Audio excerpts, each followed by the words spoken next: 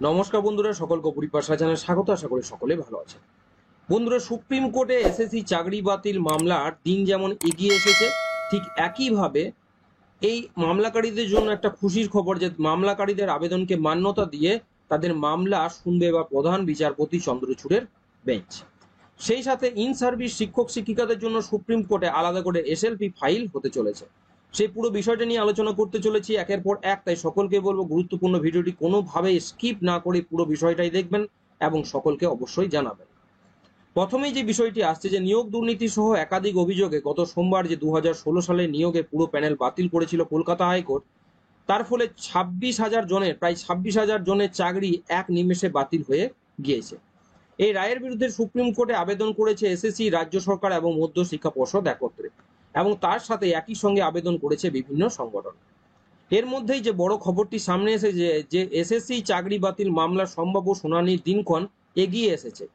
Supreme কোর্টে SSC মামলার দিন এগিয়ে এসে যেটা সম্ভাব্য দিন ধার্য হয়েছে সেটা হচ্ছে 29শে এপ্রিল, মানে আগামীকাল। এসএসসি ও রাজ্য সরকারের করা এসএলপি দুটি আগামী 29/4/2024 মানে আগামীকাল সোমবার শুনানির জন্য লিস্টেড হয়েছে।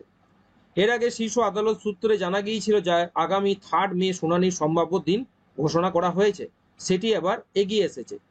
এক্ষেত্রে সকলেরই জেনে রাখা দরকার যে গত সোমবার কলকাতা হাইকোর্টের বিচারপতি দেবাংশু বসাক ও বিচারপতি মোহাম্মদ সাব্বার রশিদি ডিভিশন বেঞ্চ 2016 সালের শিক্ষক ও শিক্ষাকর্মী নিয়োগের পুরো প্রক্রিয়ায় বাতিল করেছে। এর ফলে চাকরি গিয়েছে রাজ্যের প্রায় 25,753 জনের। যারা মেয়াদ উত্তীর্ণ প্যানেলে চাকরি পেয়েছিলেন, যারা সাদা খাতা জমা দিয়ে চাকরি পেয়েছিলেন, তাদের বেতন ফেরতের নির্দেশ দেওয়া হয়েছে। 4 সপ্তাহের মধ্যে 12% সুদ সহ তাদের সমস্ত বেতন ফেরতের নির্দেশ দিয়েছে স্পেশাল ডিভিশন বেঞ্চ। অন্যদিকে মামলাকারীদের আবেদনকে মান্যতা দিয়ে এবার তাদের মামলা শুনবেন প্রধান বিচারপতি চন্দ্রচূড়ের বেঞ্চ।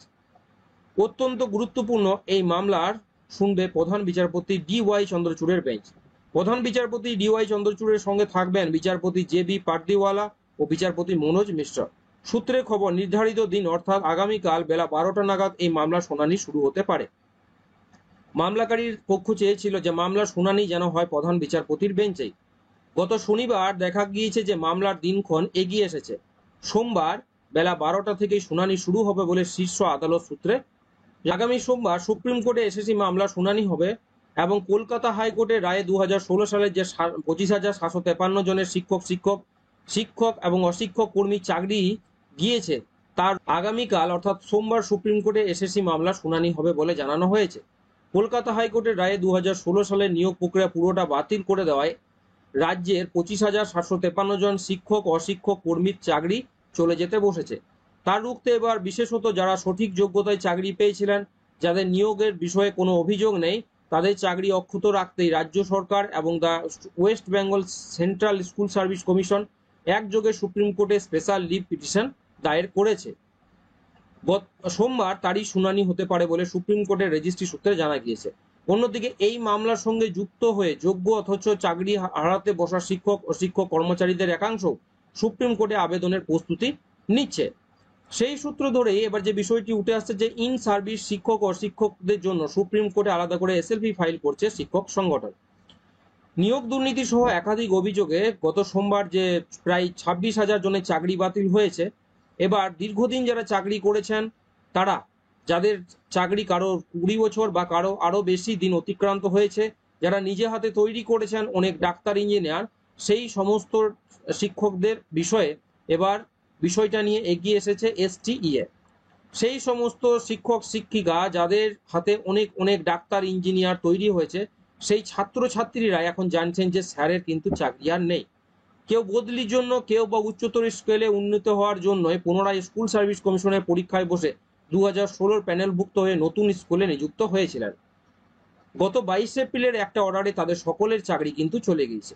এবার সেই সমস্ত ইন সার্ভিস শিক্ষক শিক্ষিকাদের নিয়ে হাইকোর্টের ডিভিশন বেঞ্চের রায়কে চ্যালেঞ্জ করে আলাদা করে এসএলপি ফাইল করছে শিক্ষক সংগঠন মাধ্যমিক শিক্ষক ও শিক্ষাকর্মী সমিতি STEA।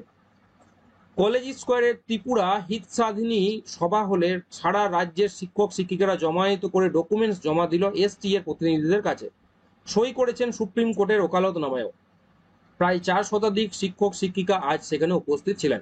সমিতির নেতা অনিমেষ হালদার বলেন যে কোন আইনের বলে এই সমস্ত শিক্ষক শিক্ষিকাদের চাকরি গেল তা আমাদের বোধগম্য হচ্ছে না।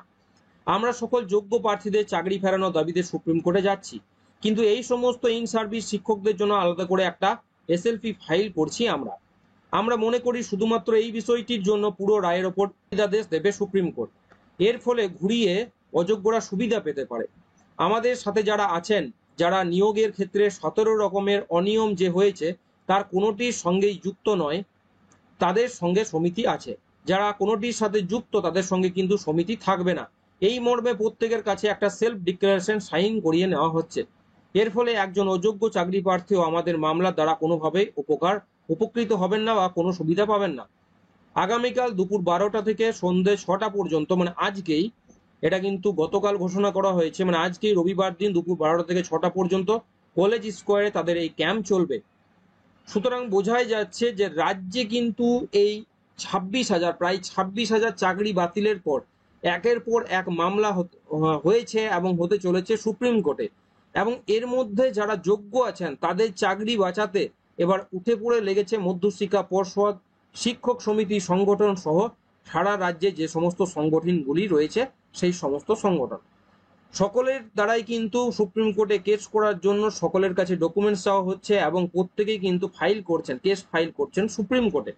এখন দেখার বিষয় যে সুপ্রিম কোর্টে আগামীকাল এই মামলার কি রায়দান করেন প্রধান বিচারপতি চন্দ্রচূড়ের বেঞ্চ, এবং তার ফলে কিভাবে উপকৃত হন যোগ্য প্রার্থীরা, সেই দিকে সকলেই তাকিয়ে আছে রাজ্যের সকল যোগ্য চাকরি প্রার্থী।